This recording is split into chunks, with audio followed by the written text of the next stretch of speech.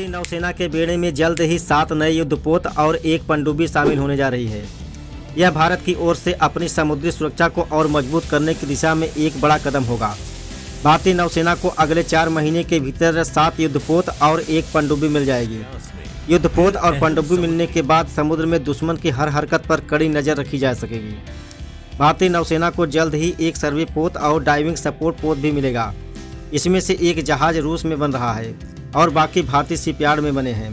ये सभी नवंबर तक भारतीय नौसेना में शामिल हो सकते हैं। यानी हिंद महासागर क्षेत्र में भारत की नौसेना को मजबूत करने के लिए नौसेना के बेड़े में इजाफा किया जा रहा है। इन जहाज़ों में विध्वंसक, फ्रिगेट, सर्वेक्षण जहाज और पनडुब्बी शामिल है।